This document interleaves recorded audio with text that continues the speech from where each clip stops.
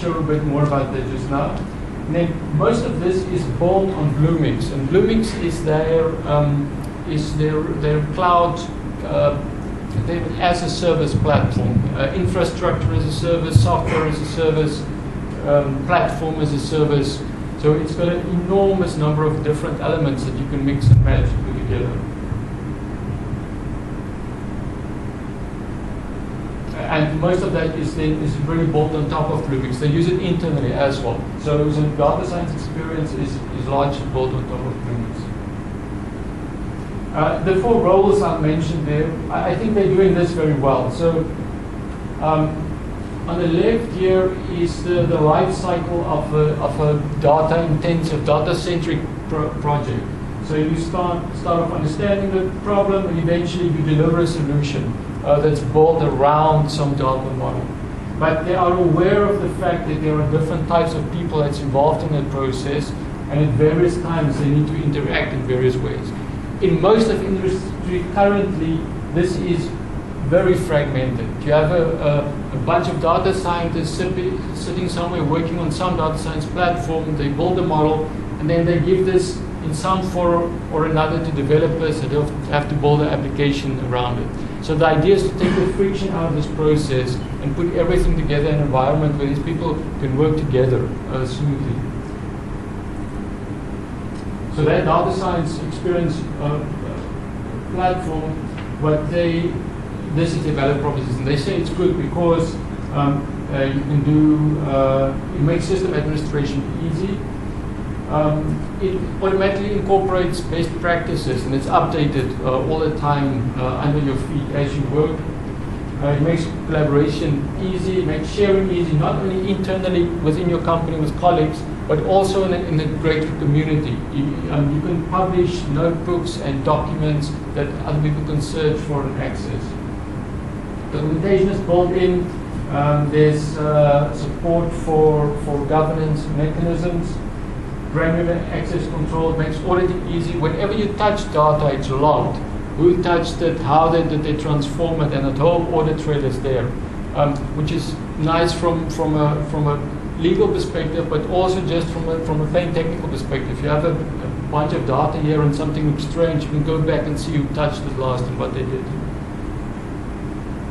Model deployment is in integration with it's all part of the package. So you can build a statistical model, and then you can wrap a REST API around that, and it's immediately deployable on the web, and your application can access that and work with it. And of course, the whole thing is built to scale very well to enormous data sets. Then the ecosystem is just the fact that they're working with other companies. So the data science platform is built entirely on open source software. It's the primary tool there at the moment is Jupyter Notebooks, and at the back of that are Apache Spark instances. So entirely open source, and they're just providing a wrapper on top, making it easy for all those things to interact. The Dataverse method, there's a strong emphasis on helping clients, end users, understanding how to work with data and how to build data-centered applications. And industry here, especially here, but even in the US, lags significantly behind state of the art. And IBM realizes that in order to make their offering attractive, they have to help companies realize that it's useful. And so they have teams that can go to a client and say, right, we want to help you, we'll hold your hand and we go through this process with you. What do you want to do? We sit with you in a workshop, we create a design with you, we validate it against your goals, you implement the thing, we help you with that, and then run and maintain. If there's any problems, ask us and we'll help. Personal takeaways. What I want to see here is mostly positive, so I'm going to start with what I consider weaknesses. Two major things there. They internally fragmented to an unbelievable extent. It is a huge company, 360,000 employees, but sometimes it's really surprising. Every now and then in the session, somebody would say something, and other IBM employees would be surprised. with the data science experience, the guy was presenting that, and I asked him, are they going to incorporate IBM Power AI, which is IBM's deep learning cloud offering? And he didn't know what it was. And I showed him on the website, and his eyes was this big. He couldn't believe it. So that's really surprising sometimes. By the way, I referenced that Power AI also in that article, so if you want links to that, it's there. Good. Watson at the moment is not impressive. Watson it used originally when it won Jeopardy. Watson was an architecture. That's not true anymore. Watson has become a brand. It's a set of different technologies and services that are just sold under the name Watson. But what those different components can do are not impressive at this time. The value here is the fact that it's all integrated and accessible in an easy manner. But for any specific service, you can find a company somewhere that's offering the same service that perform much better. Cloud is big.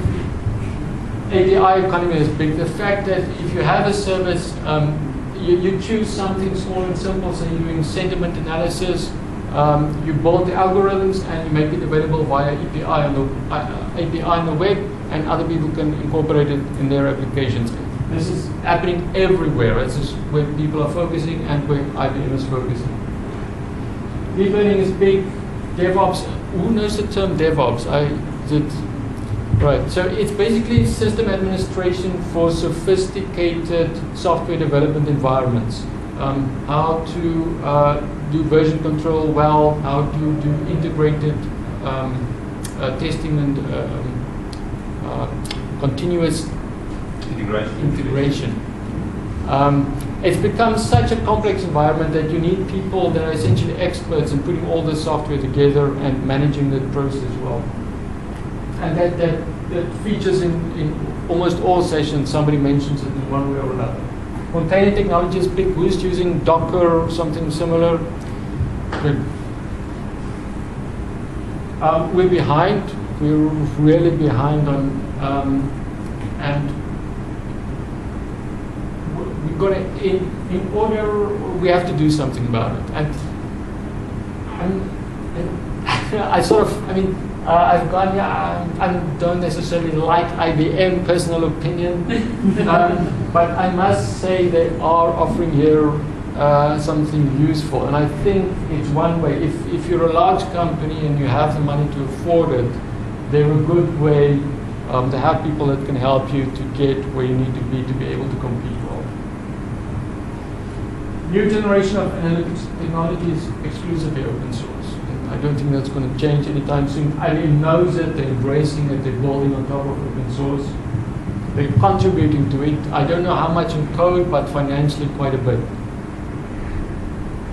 They explicitly support the mix and match approach, and I think this is new. I happened to notice one session where there was a Google co-presenter at an IBM conference, which is unheard of really. But they recognize there are some companies that have better performance in some aspects, and you just use the APIs, put them together in your application as you need. Integration and interoperability, that's what they offer.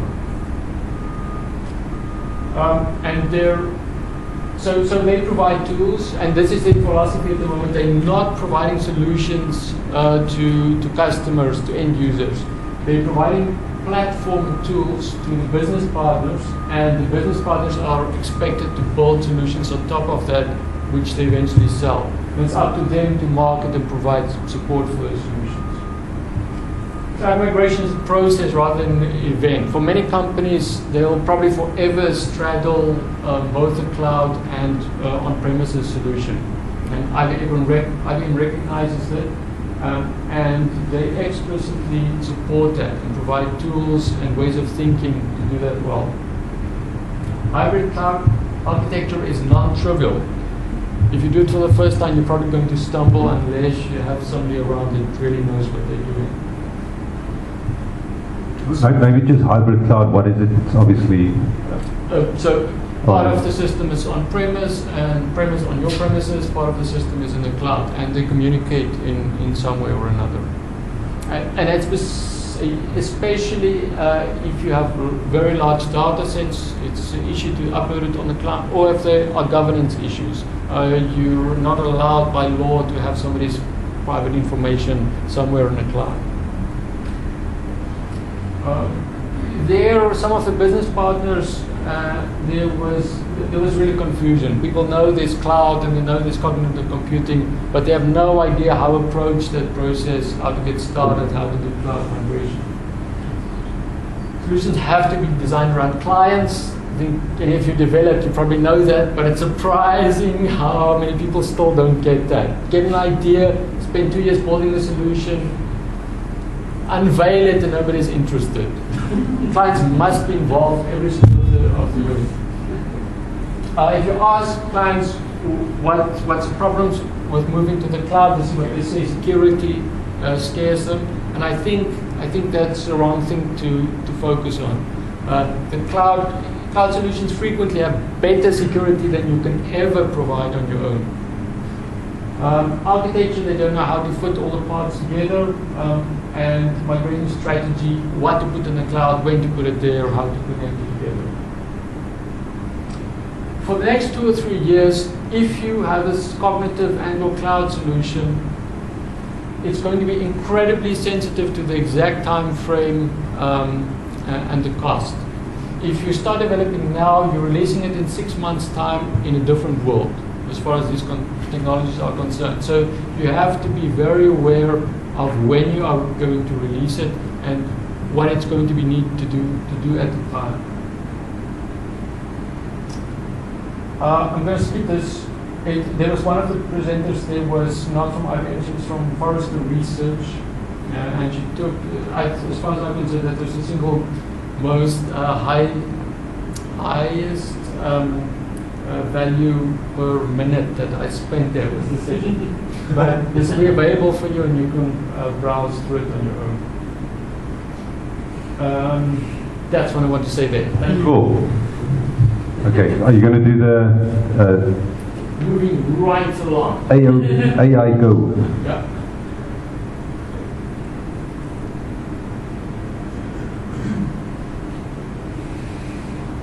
This does not.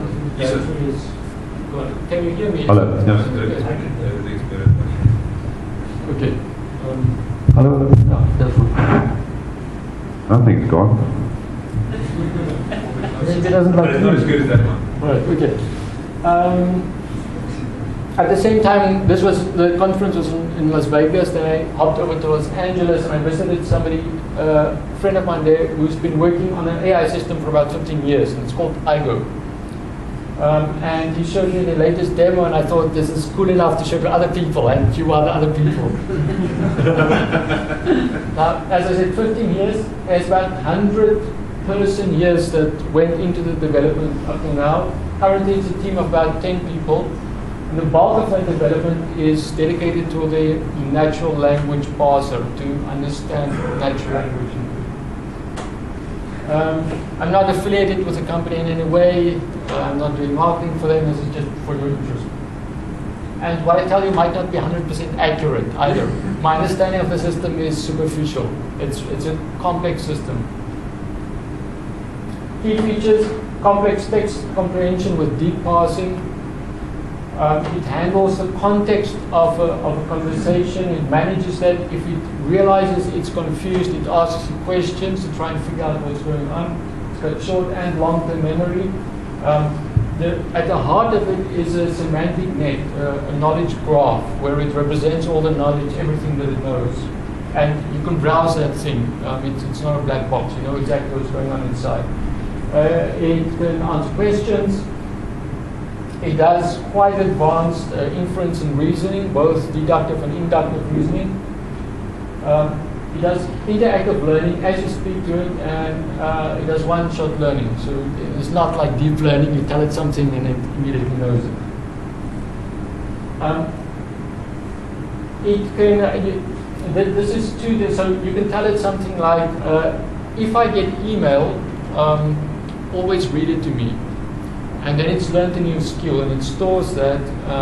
So the data about the world and things that it can do in the world and knowledge about how grammar works are all interrelated. It's all stored in the same place and can all operate it on the same place. The side effect, it's not working very well yet, but what they're working on is you can tell it about grammar rules in natural language. So you can say something, this is not true, but a noun is always preceded by an adjective. And it will understand that you are talking about grammar, and it will incorporate that in its natural language parsing engine, just like that. Right, I'm going to show you how this works. I'm just hoping I can get... Yes, the video. Yes. That's cool. I'm just hoping I can get sound working. But there's actually there's a cable here that I didn't even use where you can put the mic there.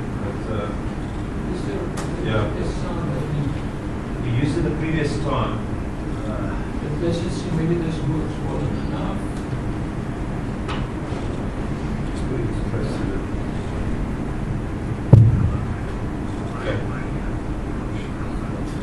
It's okay. You can.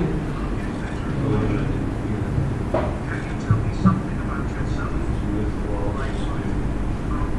Like about your interests, family? Sorry, let's just see if we can get some.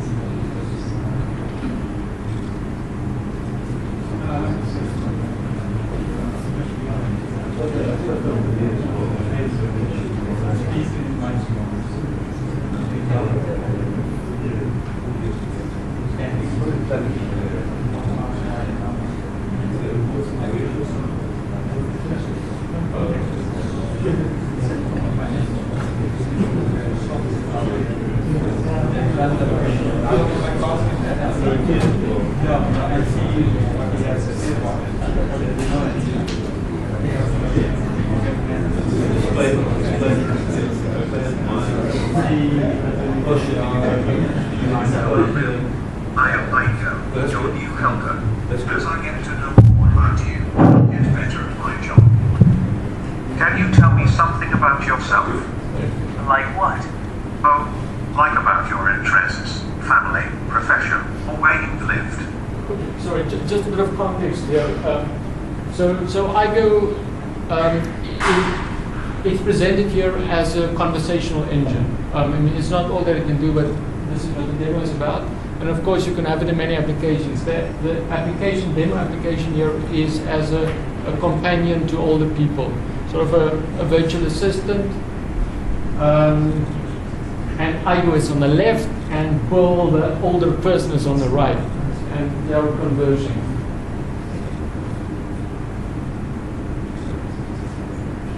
Well, let's see. My favorite wine is Etna Rosso, and I don't like white wine. More seriously, I have 3 grown children. My daughter Sarah has 2 boys. James, my son, is a 10-year-old girl. And my youngest daughter June is single. Where do they live? June lives in Redondo Beach, and Sarah is in Austin. James is in the Bay Area with his daughter. Where is Redondo Beach? In Los Angeles. Bill just received an email from his son James. Bill, you just got an email from your son. Would you like me to read it? Roger. I don't know what Roger means. Roger is the same as yes. Got it. Here is the email. So in the first part here, IGO is just getting lots of information, and then a bit later on we'll see how we can query that information. So it's just learning. Hi Dad.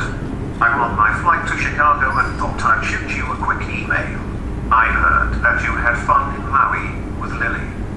Hey, Katie just won a reading competition at school. You should congratulate her. Did you hear that June has signed up for a Tough Mudder event? How crazy is that? I've been meaning to tell you, I just bought a 20-foot fishing boat, just like the one that you had. Its top speed is 14 knots. Katie says it's super fast. It also has the same 50 horsepower Evinrude engine. I sold my 18-foot sailboat to my neighbor because it's too slow. Oh, remember, the fishing trip I'm taking you on is in June. We should also plan for the hiking trip. It'll be in late July or early August. Sarah told me she bought you a Fitbit. The default 4,000 steps goal should be perfect to prepare for the hiking trip. Love, James. Who's Lynn? So Igo at this point previously has learned all about family relationships. So it knows you can have daughters and sons and fathers and mothers. And as it goes, it's fitting all that into that larger knowledge base. So now it picked up there's a name that it's never heard before. Lily Lane is my girlfriend. Bill is calling his granddaughter Katie. Igo is listening. Hey, Grandpa, what's up? Hi, Katie. Nothing much. What have you been up to? Well, Dad told me he used to go to this TUC in Santa Barbara, and he took me there last week. I want to go to the same school when I grow up. Good choice, Katie. That's a great school. Hey, I heard that you won a competition. Congratulations. Thanks, Grandpa.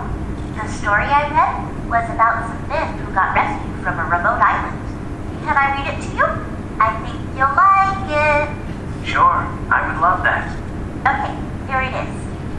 The men rescued in this tale of 3 castaways were not named Tom Hanks or Gilligan or Robinson Crusoe, though they might as well have been. In a scene straight from Hollywood, a U.S. Navy plane spotted the word help spelled out in palm fronds on a beach. It was on a deserted island in the remote Pacific. The 3 men had been missing for 3 days. A wave had overtaken the skiff they were traveling in. The men were found waving their orange life jackets on the teeny Micronesian island of Bennit.AI. The island is several hundred miles north of Papua New Guinea, officials said April 9th.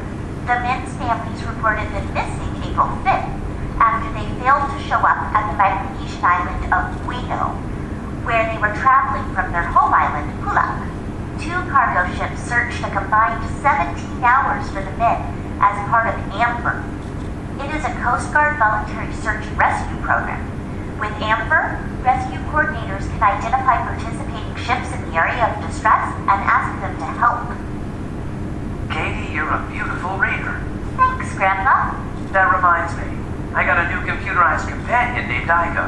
It can talk and read almost as beautifully as you. You want to ask it some questions to see what it learned? Okay, sure. Let me think. Igo, what did a U.S. Navy plane see? The word help spelled out in palm fronds on a beach on a deserted island in the Pacific. Whoa, you did understand the story. Where is the island of Bennit? Several hundred miles north of Papua New Guinea. What is AMFER? A voluntary search and rescue Coast Guard program. What can rescue coordinators do with AMFER? Identify participating ships in the area of distress and ask them to help. Pretty cool, Grandpa. I know. Hey, did you hear that your Aunt June will be participating in the Tough Mudder? No, what is that? Igo, tell Katie and me about Tough Mudder. I don't know that. Let me look that up. Igo is reading Wikipedia. Tough Mudder is an endurance event series that was designed and created by a British Harvard Business School postgraduate and a former. It's not just quoting there, it read a paragraph and it's summarizing it. Corporate lawyer and tests mental and physical strength. What do participants do? Attempt the 10, 12-mile long military-style obstacle courses. What do you know about the obstacles? The obstacles often play on common human fears, such as fire, water, electricity, and heights. Wow, where did you get that? Wikipedia.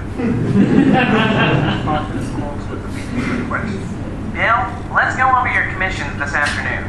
Your total sales amount for this month is $88,520. Meet me at 3 p.m. at the club on Alameda Street, okay? I'll be there. Incoming call from Sarah. Hey, Dad. I found your lucky golf club. It was in the attic behind the lazy boy. Notice there's now a meeting at a club and there's a golf club. So there's chance for ambiguity there. I'll bring it along next time I visit. That would be nice. Gotta run. Talk to you later. Bill talks to Igo. Igo, I'm meeting James shortly to discuss my commissions. Where is the club? On Alameda Street, How much was the sales amount? $88,520. Can you calculate my sales commission? I don't know how to calculate your sales commission. Can you teach me? Multiply the amount by 12.5%. That's it. Got it. So, calculate my sales commission. $11,065. Calculate my sales commission on $10,000. $1,250. Awesome. You are a quick learner. By the way, my daughter from California is coming to visit me. When is the visit? Next week. When is the trip? Which trip? The hiking trip. In late July or early August? Thanks. Oh, Igo, please order 2 bottles of my favorite red. Sure, 2 bottles of Etna Rosso. Actually, make that 3. Okay, I'll order 3 bottles of Etna Rosso. Later this evening, Sarah contacts Igo privately. I know. How many steps did Bill take today? 1,800. No, wait. Please ask him to call me. Okay, Igo contacts Bill. please call Sarah Bill. Thanks. I didn't know you took messages too. I'm impressed. Let's see how smart you are. Does my son have any children? Yes, Sarah is to Bill as Katie is to whom? James. Why did James sell... You can do analogies like that. Let's vote. Because it is too slow. Who has it now? James's neighbor, Who used to own it before? James. Is it longer than the fishing boat? No, shorter. Is the 50 horsepower engine part of the fishing boat? Yes, Is the fishing boat super fast? yes. Who told you that? Katie said that. Igo, don't believe everything Katie says. I will be careful with things Katie says. With everything it learns, it stores, it's connected to the source, where it got it, and with time it builds a credibility rating for every source. So if there's contradiction, then it chooses the one with the highest rating. Are super fast boats? 43 knots. How fast is the fishing boat? 14 knots. What did my granddaughter win? A reading competition. Does Katie plan to go to USC? No, to this tiny UC in Santa Barbara. Where did Sarah find the club? In the attic, behind the lazy boy. Who is coming to visit me? June. Which wine don't I like? White wine. What did Sarah buy me? A Fitbit. What will Sarah buy? I don't know. Who is... It's aware of time and tenses, so it's not just she bought Sarah by Club Bull. It knows it happened or it's going to happen. Lily's boyfriend? You. Does Tough Mudder test spiritual strength? No. Mental and physical strength. Igo can also do reminders and lists, play music, control home automation, all in natural language and integrate it with the rest of its knowledge about family and friends. Hello, Bill.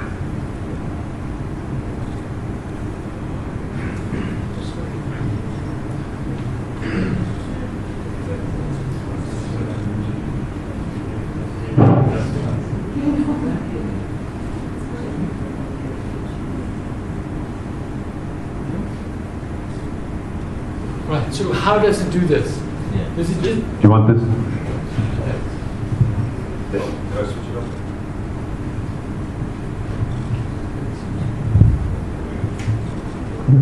Okay. This is just a very high-level overview of the architecture. It's obviously quite a complex system. So I'm just going to run you through it quickly. So there's natural language input that goes into an event queue. So IGO at the moment has a single sense, and it's this event queue of text coming in. That goes into the natural language parser, which is the bulk of development at this time.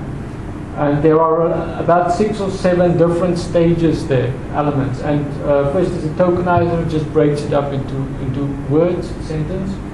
And then the idea, the output of this thing is a parse tree, where the sentence is broken up into parts of speech, subject, object, verb, adjective, and so on.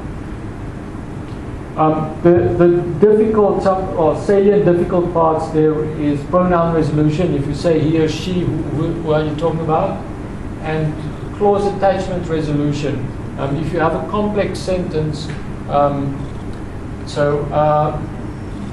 I shot the elephant in my pajamas, can either mean that I was in my pajamas when I shot the elephant, or the elephant was wearing my pajamas when I shot it. And IGO can figure out that sort of thing. And it's capable of doing that because that semantic net, its knowledge base, feeds back into this natural language processor, a parser. So all the time it can query existing knowledge and to disambiguate. Now, that grammar rule system,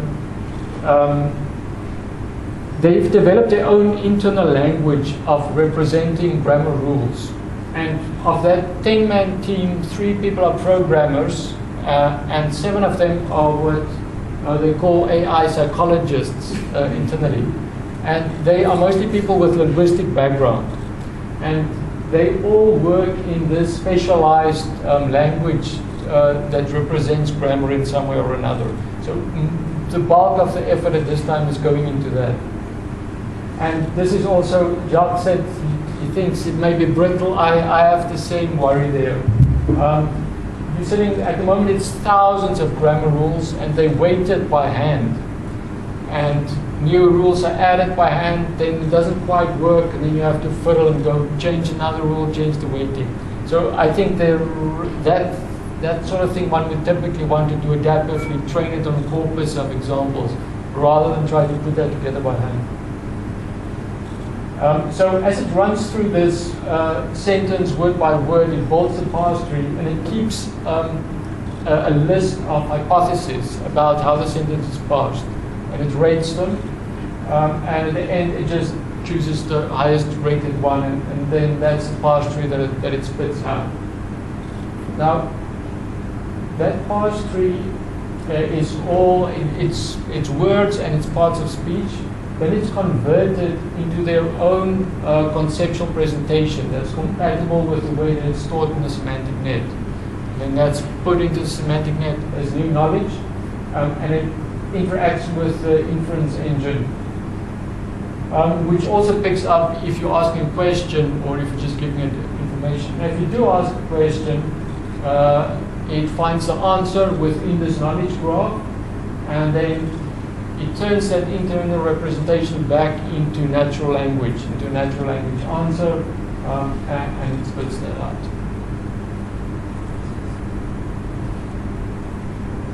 Yeah, so that's just an example. So I'm not going to skip that. And then the company is called AGI Innovations. And that's just the team. So the guy at the top left there is Peter Voss. It's his architecture. He's been driving for 50 years, and these are the rest of the people working with him. Okay. Pardon? And the cat. It's important now. 15 years is a long time. Yeah, it's a long time. That's my story. Thank you. Okay, thank you.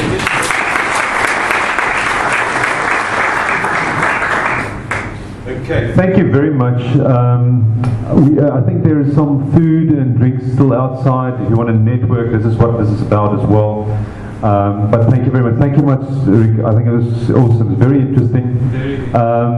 It's just amazing what you can do with symbolic-based system. It's just amazing. Anyway, okay, great stuff. Thank you very much for attending, and yep, it's time for network, and have a nice chat. Thanks. Cheers. Bye-bye.